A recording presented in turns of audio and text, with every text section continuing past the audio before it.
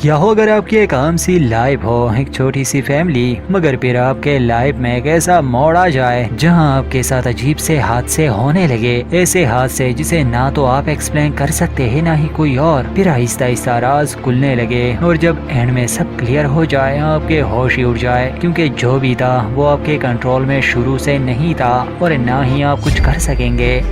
ऐसी ही एक फैमिली की कहानी आज हम आपके साथ शेयर करने वाले हैं जो ज़रूर आपको पसंद आएगी। तो कहानी का मज़ा ले। और अगर आप हमारे चैनल पर नए हैं तो सब्सक्राइब करना ना भूलें ताकि आपको डेली अपडेट्स मिलती रहे। कहानी की शुरुआत होती है एक फैमिली को दिखाते हुए। अब इस फैमिली के बारे में जानना जरूरी है क्योंकि सारी कहानी इन्हीं के इर्द गिर्द घूमने वाली है। यहाँ है डेनियल, उसकी वाइफ जेनी और दो बेटे। छोटे बेटे का नाम सैमी है और बड़े बेटे का नाम जेस। इस फैमिली की कहानी ये है कि हाल ही में डेनियल की जॉब चली गई है और ये लोग थोड़े से मुश्किल हालात से गुजर रहे हैं, मगर जेनी वो एक रियल एस्टेट एजेंट है तो फिलहाल घर का खर्चा चला रही है। उनका बड़ा बेटा जेस, उसका बिहेवियर थोड़ा सा अलग है, मतलब रूट टाइप वाला, और ये डेनियल की वजह से है। मतलब उसके फादर, अब उसे लगता है कि जेस उसके जो फ्रेंड्स है वो अच्छे लड़के नहीं है। मतलब कि कहानी में ये फैमिली थोड़े से फाइनेंशियल प्रॉब्लम से गुजर रही है। इसके अलावा बाकी सब बढ़िया है। शुरुआत के सीन में हम देखते हैं सैमी, वो घर वापस आ रहा था क्योंकि वो अपने फ्रेंड के साथ खेलने गया था। खैर यहाँ के सीन से हम ये अंदाजा लगा सकते हैं कि सैमी पर कोई नजर रख रहा है। खैर वो क्या था सब आगे हम समझ जाएंगे। इसके बाद हम देखते हैं जहाँ डिनर के बाद सब सोने जाते हैं, मगर सोने से पहले हम देखते हैं कि जेस वो वॉकी टॉकी पर अपने भाई सैमी को एक डरावनी कहानी सुनाता है किसी सैंडमैन की। इसके बाद हम जेनी को देखते हैं जो सोने वाली थी, मगर जब उसे कोई आवाज सुनाई देती है उसे शक हो जाता है तो वो बेड से उतरकर चेक करने लगी और वो देखती है कि किसी ने फ्रिज से सारा सामान बाहर निकाला है, सब बिखरा पड़ा था। जेनी का ध्यान विंडो पर जाता है, वो भी खुली थी। अब जेनी ये सब देखकर हैरान थी, मगर वो ये सोचती है कि शायद बच्चों ने विंडो खुली छोड़ दी होगी और कोई जानवर घुसाया होगा। फ्रिज खोला और सारा सामान बाहर फेंक दिया, मगर वहाँ सिर्फ वे चीजें ही गायब थी और किसी जानवर का ऐसा काम ये हजम नहीं होता। फिर जेनी उस बात को ज्यादा सीरियस नहीं लेती और अगली रात जब वो सोने जा रही थी तो वो खुद डोर्स और विंडोज चेक करती है कि फिर से कोई जानवर ना जाए, मगर आधी रात को फिर से वो कुछ सुनती है और वो फिर से घर में चेक करने लगी और यहाँ उसके होश ही उड़ जाते हैं क्योंकि किचन का सारा सामान वो किसी ने बड़े ही अजीब तरीके से रखा था। ये काफी वियर्ड था। फिर तब जेनी का ध्यान सीलिंग पर जाता है और उसी सामान की मदद से लाइट में कोई ज्योमेट्रिकल सिंबल बनाया गया था। अब जेनी हैरान इस बात से थी कि आखिर ये किया किसने।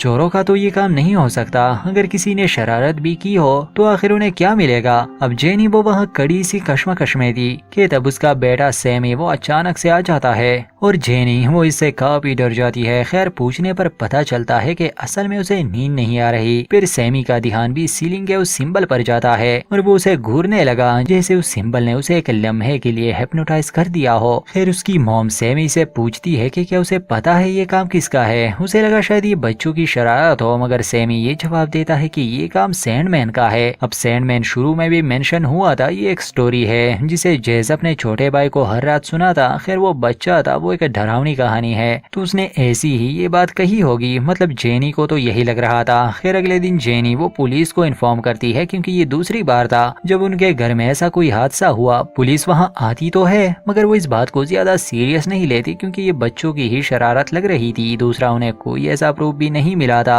कि कोई घर के अंदर घुसा हो या कोई तोड़फोड़, यहाँ तक कि चोरी भी नहीं हुई थी। पुलिस तो इस केस को वहीं पर क्लोज करती है। वैसे भी ये इतनी बड़ी बात तो थी नहीं, मगर पुलिस उन्हें अलार्म लगाने का मशवरा जरूर देती है। खैर ये फैमिली ये भी करती है, वो अलार्म सिस्टम लगा देते हैं। अब आप इन छोटे मोटे अजीब से हादसों पर ध्यान दे। अलार्म सिस्टम लगाने के बाद एक रात वो अपने आप ही बजना शुरू हो गया, हालांकि कोई भी घर में नहीं घुसा था, जो और भी अजीब था। खैर डेनियल वो क्या करता है कि सिक्योरिटी कंपनी को कॉल करता है कि शायद इसमें कोई इशू है, मगर उसे अजीब सी आवाज सुनाई देती है। अब पिछली रात हुआ ये था कि जब सैमी और जेस एक दूसरे से वॉकी टॉकी पर कम्युनिकेट कर रहे थे, सैमी को भी ऐसे ही अजीब सी फ्रीक्वेंसी सुनाई दी थी। मगर इन सभी हादसों के बाद एक और अजीब सा हादसा होता है जब जेनी और डेनियल की नजर घर में लगे फोटोज एल्बम पर पड़ती है और घर में जितने भी फैमिली फोटोज थे वो सभी के सभी गायब थे। ये लोग ऑलरेडी काफी परेशान थे और अब घर में ये हादसे उन्हें और भी टेंशन में डाल देती है। तो अगले दिन ये दोनों फिर से पुलिस को इन्फॉर्म करते हैं। इस बार भी पुलिस घर की तलाशी लेती है, मगर वही पुरानी बात, अब ऐसा कोई सबूत उन्हें नहीं मिलता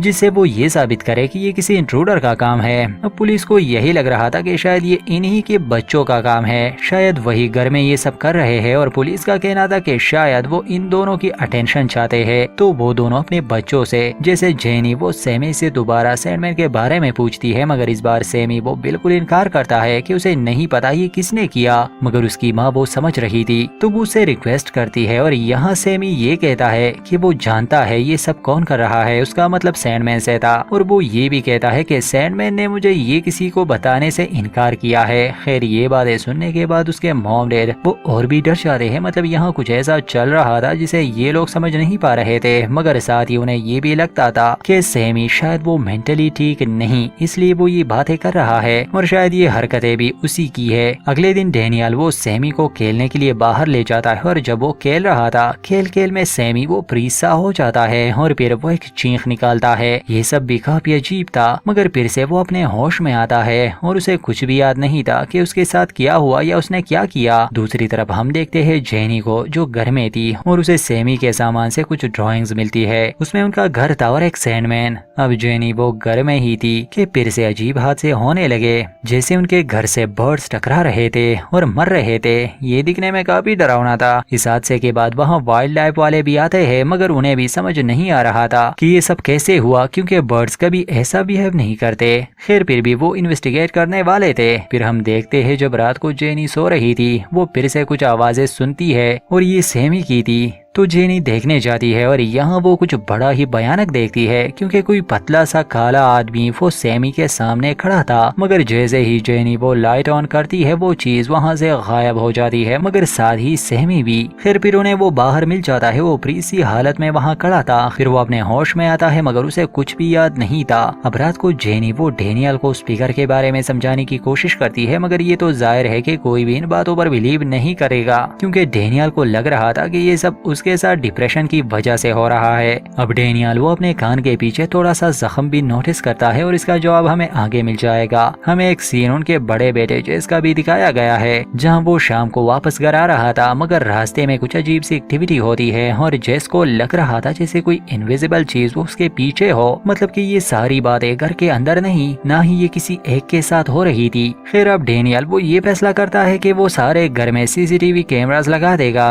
अब अगर कुछ हो या घर में कोई घुसने की कोशिश करेगा तो उनसे पता चल जाएगा। सीसीटीवी कैमरास लगाने के बाद दूसरा डैनियल वो सारी रात फुटेज पर नजर रखता है कि यहाँ असल में हो क्या रहा है। अब उसका इरादा सारी रात मॉनिटर करने का था, मगर उसे नींद आ जाती है। अब जब घर के सभी लोग सो रहे थे हमें दिखाया जाता है कि घर में किसी इनविजिबल एंटिटी की एंट्री होती है और वो चीज सीधे सैमी के बेडरूम में आती है। इसके बाद सीन आता है सुबह पर, जहाँ डैनियल वो भी नींद से जाग गया था। वो रात वाली सारी पूरे चेक करता है, मगर उसे ऐसा कुछ भी नहीं मिलता, सिर्फ कुछ ग्लिचेस। अब शुरू में हमने मेंशन किया था कि जेनी वो एक रियल एस्टेट एजेंट है, तो हम देखते हैं जहां वो एक क्लाइंट को घर दिखा रही थी, मगर अचानक से वो भी कैटाटोनिक स्टेट में चली जाती है और फिर वो वहां के एक विंडो पर अपना सर मारने लगी। इसी के साथ वो नींद से जागती है। अब लग तो ऐसा ही रहा था कि ये कोई बुरा सपना था, मगर जब वो टाइम देखती है तो दोपहर के 3 बज चुके थे। इसका मतलब कि उसे याद नहीं कि सुबह से अब तक क्या हुआ था,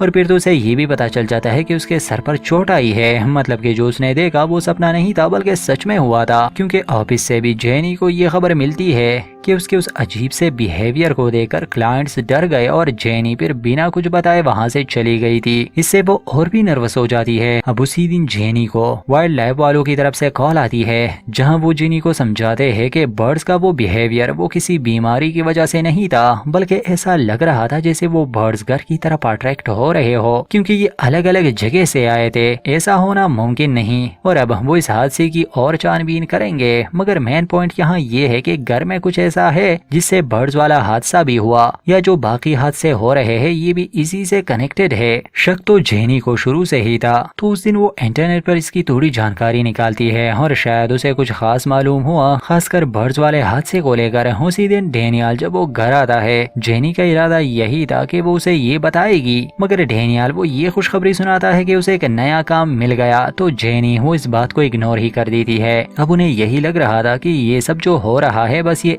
ऐसे ही है, शायद इसके बाद सब ठीक हो जाए। मगर उस रात फिर से जेनी की आंख खुलती है। डेनियल वहाँ से गायब था और जब वो उसे ढूंढने लगी वो बाहर खड़ा था, वो भी कैटाटोनिक स्टेट में। ये काफी डरावना था। जेनी उसके पास आती है, उसे होश में लाती है, मगर डेनियल वो अजीब सी आवाजें निकालता है और इसी के साथ उसके नाक से खून भी बहने लगा और फिर अब वो घर के अंदर चला जाता है। अब ये सब देखकर जेनी वो तो काफी डरी हुई थी और शॉक में भी थी। खैर बाद में वो भी घर में आती है और डेनियल वो भी ठीक लग रहा था, मगर उसे कुछ भी याद नहीं था। दोनों ही हैरान थे। खैर वो सीसीटीवी फुटेज चेक करते हैं, मगर उन्हें कोई भी जानकारी नहीं मिलती। अब क्योंकि हालात काफी बिगड़ गए थे तो जेनी वो डेनियल को इंटरनेट की उस जानकारी के बारे में बताती है जो बर्ड्स के साथ हुआ। उसका कहना था कि ये सब असल में एलियंस से कनेक्टेड है और माना जाता है कि जहाँ पर एलियंस आने वाले हो वहाँ ये फिनोमेना होता है। अब इंटरनेट पर इन केसेस में ऐसे भी ड्राइंग्स जेनी को मिल गए थे जिसमें 3 सैंडमैन होते हैं और घर के आसपास मरे हुए बर्ड्स। अब इंटरनेट से उसने ये भी जानकारी निकाली थी कि दुनिया में बहुत से लोगों ने इस तरह की अजीब हादसे एक्सपीरियंस किए और बाद में एलियंस वो उनके घर के किसी मेंबर को अपने साथ ले गए। जाहिर है इंटरनेट पर अक्सर झूठी खबरें ही फैलती है तो ये सब कॉन्स्पिरेसी ही माना जाता है। बस ये कहानियां ही थी और ये सारी बातें सुनकर डेनियल भी बिलीव नहीं करने वाला था। हालांकि जेनी वो एक ऐसे आदमी के बारे में जानती थी जो इन केसेस का स्पेशलिस्ट था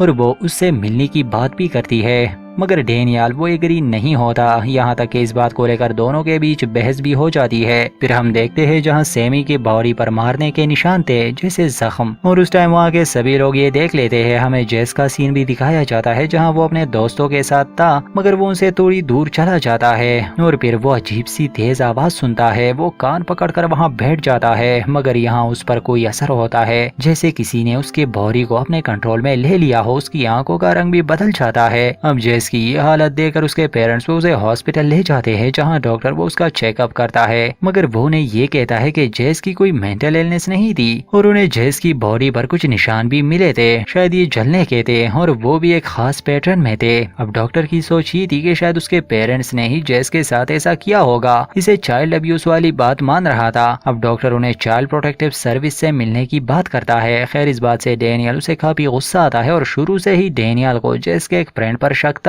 जो बिगड़ा हुआ था। तो अब डेनियल को यही लग रहा था कि शायद ये जलने वाले निशान भी उसी ने बनाए होंगे। गुस्से में वो उसके घर जाता है और उस पर भड़क जाता है, मगर उस लड़के का डेड वो बाहर आता है और दोनों की लड़ाई हो जाती है। अब इस हादसे के बाद जेस जो ऑलरेडी अपने फादर को कुछ खास पसंद नहीं करता था वो और भी अपने डैड से नफरत करने लगा क्योंकि जेस के सभी दोस्त वो उससे नहीं मिल रहे थे। दूसरी तरफ जेनी वो भी काफी टेंशन में थी क्योंकि हाल ही में जेस की जो कंडीशन थी, अब चाइल्ड प्रोटेक्टिव वाले उनसे पूछताछ करेंगे और जाहिर है वो उन्हें ये तो नहीं बता सकते कि ये काम एलियंस का है। अगर ऐसा कहा तो बच्चे उनसे छीन लिए जाएंगे। इसके अलावा हम डेनियल को देखते हैं जहाँ उसे बड़े ही अजीब से डरावने सपने आ रहे थे। अब तो वो घर के सीसीटीवी फुटेज दोबारा से चेक करने लगा और इस बार वो गौर से देखता है फ्रेम बाय फ्रेम। उसी फुटेज में उसे 3 एलियंस नजर आते हैं। वो क्लियर नहीं थे, बस उनका साया ही लग रहा था, मगर ये ऐसे ही थे जैसे उन ड्राइंग्स में बनाए गए थे या इंटरनेट की उन स्टोरीज में बताया गया था। खैर जो भी हो, पर वो समझ गया और उसे इन बातों पर बिलीव हो गया, मतलब एलियंस वाली, क्योंकि कुछ दिन पहले जेनी ने एक स्पेशलिस्ट से मिलने का मशवरा दिया था तो इस बार वो मान जाता है और अगली सुबह दोनों उसी आदमी से मिलने जाते हैं। उसका नाम एडवेन था। अब वो अपनी ये सिचुएशन मतलब एलियन वाली बात वो उससे शेयर करते हैं। एडवेन चूंकि ये सब समझता था तो पहले वो उनसे कुछ सवाल करता है जैसे उन्हें कोई ऐसा एक्सपीरियंस हुआ जैसे कोई अपने कंट्रोल में नहीं हो, वो फ्रीज सा हो गया हो, आसपास अजीब सी एक्टिविटी हो, एनिमल्स का अजीब सा बर्ताव या कानों में तेज आवाजें और अक्सर अपने लाइफ से कुछ घंटों की मेमोरी इरेज होना। और जो भी एडविन उनसे पूछ रहा था वो सब उनके साथ हो चुका था। वो दोनों भी काफी हैरान थे। अब एडविन उन्हें समझाता है कि ऐसे हादसे उसके साथ बहुत पहले हो चुके हैं। एलियंस ने उन्हें चुना था, उसकी फैमिली को टॉर्चर किया, ये अजीब से हादसे उसने एक्सपीरियंस किए और आखिर में वो एडविन के बेटे को ले गए और वो कुछ ना कर सका। अब वो उन्हें समझाता है कि हम इंसान सोचते हैं कि एलियंस वो अर्थ पर हमला करेंगे और हमारे नेचुरल रिसोर्सेस को लेने आएंगे, मगर इंसान गलत है, वो पहले ही आ चुके हैं, मगर हम इंसान उन्हें नहीं देख पा रहे क्योंकि वो हमसे काफी एडवांस है और वो कुछ इंसानों को चुनते हैं। ये सिर्फ डेनियल या उसकी फैमिली के साथ नहीं हो रहा बल्कि ये बहुत सी फैमिलीज के साथ हो चुका है और हो रहा है। जब ये एलियंस किसी को चुनते हैं वहाँ वो अपना साइन छोड़ते हैं, जैसे शुरू वाले सीन में हमें दिखाया गया। और जब ये एलियंस किसी फैमिली को चुनते हैं वो किसी एक पर ही अपने एक्सपेरिमेंट करना शुरू कर देते हैं। अब यहाँ एडविन कान के जख्म वाली बात को भी रिवील करता है, क्योंकि सैम एडविन के कान के पीछे भी ऐसा ही निशान था। अब असल में एलियंस ने उनके अंदर कुछ लगाया था जिसे वो निकाल नहीं सकते, और वो एलियंस इनके बारे में सब जानते हैं। वो आसपास ही है मगर कोई भी उन्हें देख नहीं पाता। अब एडविन के हिसाब से ये एलियंस ये 3 अलग अलग किस्म के होते हैं, और इंसानों के पास आने वाले एलियंस उन्हें एडविन ग्रे कहता है। एडविन उन्हें ये भी समझाता है कि अभी तक उसे ये समझ नहीं आया कि ये एलियंस इंसानों को किस बेस्ट पर चुनते हैं, मतलब कोई खास रीजन होगा। और साथ ही वो ये कहता है कि वो इंसान के डर को ही अपना हथियार बना लेते हैं। यही वजह थी कि शुरुआत में इन लोगों के साथ वो हादसे हो रहे थे, क्योंकि ये सिचुएशन ऐसी थी जहां अब ये लोग वीक हो रहे हैं मेंटली भी, और जाहिर है अगर वो कमजोर हो गए तो एलियंस उन पर हावी हो जाएंगे। यहाँ डेनियल वो घर बदलने की बात करता है, मगर एडविन उसे ये ना करने के लिए कहता है कि वो कहीं भी जाए वो एलियंस उनका पीछा नहीं छोड़ेंगे। वो उनके फैमिली के किसी एक मेंबर के पीछे है और चुने हुए इंसान को वो ले जाएंगे। अब टेंशन की बात थी क्योंकि शुरू से ही सैमी वो ही था जो एलियन से कांटेक्ट में था, और जाहिर है एलियंस उसे ही ले जाएंगे। अब एडविन उन्हें ये मशवरा देता है कि अगर वो अपने बेटे को बचाना चाहते हैं तो वो कुछ ऐसा करे जिससे एलियंस को मुश्किल हो जाए, इससे शायद वो बच जाए। अब वो दोनों बेचारे क्या करते, तो अपने बेटे को बचाने के लिए डेनियल वो एक गन ले लेता है, और जेनी वो एक डॉग जो उन्हें वार्न करेगा अगर एलियंस आसपास हो तो। अब अपने मॉम डैड को इन हालात में देखकर जेजू से फिक्र होने लगी। फिर भी वो उसके पेरेंट्स थे तो वो समझ गए कि जरूर कोई गड़बड़ है और ये हमें बचाने के लिए है। अब मुसीबत ये थी कि ये लोग पुलिस या किसी और को इस बारे में नहीं बता सकते थे। जरा खुद ही सोचे आखिर उनके बातों पर बिलीव कौन करेगा, और शायद लोग उन्हें पागल ही समझे। बच्चे मारने वाला इल्जाम तो ऑलरेडी उन पर लगा है। फिर हम देखते हैं जहाँ उस रात वो सोने नहीं जाते क्योंकि उन्हें डर था कि एलियंस आज रात आएंगे और सैमी को ले जाएंगे। साथ ही डेनियल वो सारे डोर्स और विंडोज को सील कर देता है। अब उसके पास शॉटगन थी, मगर आधी रात को फिर से वो एक्टिविटी होती है। उनका डॉग वो भौंकने लगा और जो डोर्स उन्होंने सील किए थे वो टूट जाते हैं। एक ब्राइट व्हाइट लाइट और फिर एलियंस अब वो आ गए थे इस फैमिली के किसी एक मेंबर को लेने के लिए जिसे उन्होंने चुना था। वो लोग ये देखकर एक रूम में चले जाते हैं, मगर वो एलियंस अब उनके सामने थे। अब डेनियल वो गन शूट करता है। जैस देखता है कि उसने अपनी ही वाइफ को शूट किया और फिर वो खुद को भी मार देता है। जब वो सैमी की ओर बढ़ता है, यहाँ हमें पता चलता है कि असल में ये सब वो जेस के दिमाग में चल रहा था, क्योंकि जब तक उसे होश आता वो एलियंस उसे ले जा रहे थे और उसके पेरेंट्स वो हैरान और परेशान खड़े थे। अब शुरू से यही दिखाया जा रहा था कि एलियंस वो सैमी के पीछे थे, मगर असल कहानी कुछ और ही है। उनका शिकार शुरू से ही जेस था। अब ये बात तब उस फैमिली को समझ आती है जब जेनी को जेस के बचपन के ड्राइंग्स दिखते हैं। उसमें जेस ने वही एलियंस बनाए थे जैसे कुछ साल पहले ही, और 3 महीने आगे का सीन हमें दिखाया गया है जहां डेनियल और जेनी वो जेस की तलाश में थे और अब वो एक नए लोकेशन पर मूव हो रहे थे। शायद वो उन एलियंस को ढूंढ ले, क्योंकि अब ऑलरेडी उन्हें पता है कि अर्थ पर एलियंस एग्जिस्ट करते हैं। आखिरी सीन में हम देखते हैं जहां सैमी को वॉकी टॉकी पर अजीब सी आवाज सुनाई देती है और जेस की चीख। इसी के साथ मूवी का दी एंड। तो ये मूवी असल में बेस्ड थी एलियन अबडक्शन पर, मगर इसे एक अलग लुक दिया गया है जिसमें ऐसे एलियंस दिखाए गए हैं जो कई सालों से इस अर्थ पर है, मगर वो हम इंसानों से इतने एडवांस है कि हम उन्हें देख ही नहीं पाते। एक तरह से इस मूवी में गोस्ट और डीमंस की तरफ भी यही इशारा है कि असल में अक्सर जो अजीब से हादसे हो जाते हैं वो यही एलियंस कर रहे हैं और बाद में लोग भूतों की कहानियां बना लेते हैं। खैर ये तो एक साई-फाई मूवी है, ये उन कहानियों पर बेस्ड है जिसका आज तक कोई सबूत नहीं मिला। बाकी कहानी इतनी कॉम्प्लेक्स नहीं थी। हाँ, अगर वो बर्ड वाली बात आपको कॉम्प्लेक्स लगी हो तो असल में ये बर्ड्स इलेक्ट्रोमैग्नेटिक फील्ड का यूज करते हैं, मतलब अर्थ का, मगर उस घर में कुछ ऐसा था जो इस इलेक्ट्रोमैग्नेटिक फील्ड में डिस्टरबेंस ला रहा था। यही वजह थी कि वो बर्ड्स अपना रास्ता भटक गए और अब वहाँ टकरा गए। बाकी कहानी आप समझ गए। उम्मीद करते हैं आपको ये कहानी पसंद आई होगी, तो इसे लाइक करना ना भूले, अपनी राय जरूर दे, और अगर अभी तक चैनल को सब्सक्राइब नहीं किया तो इसे सब्सक्राइब कर दे।